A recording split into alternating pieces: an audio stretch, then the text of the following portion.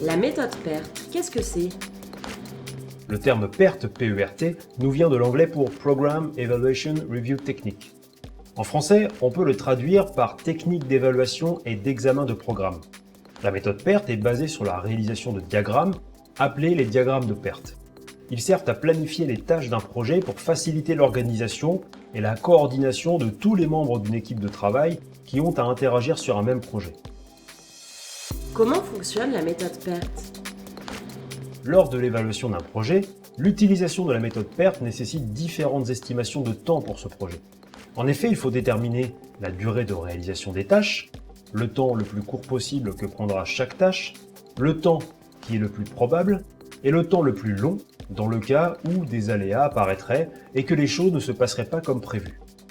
Pour rendre le projet plus compréhensible et visuel, il faut ensuite constituer un graphe pour montrer les connexions et les interdépendances entre toutes les étapes d'un projet.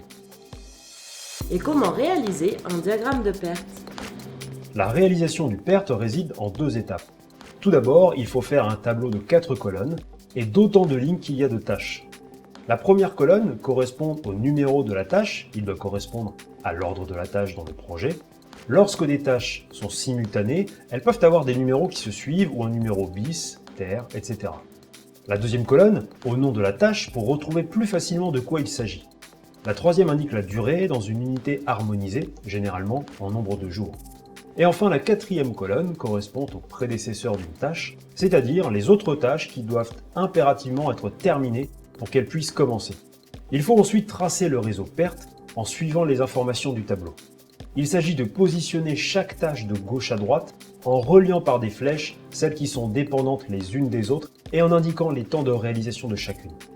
Une fois que le diagramme est dessiné de manière visuelle, il est alors possible de passer à d'autres étapes comme l'étude du chemin critique.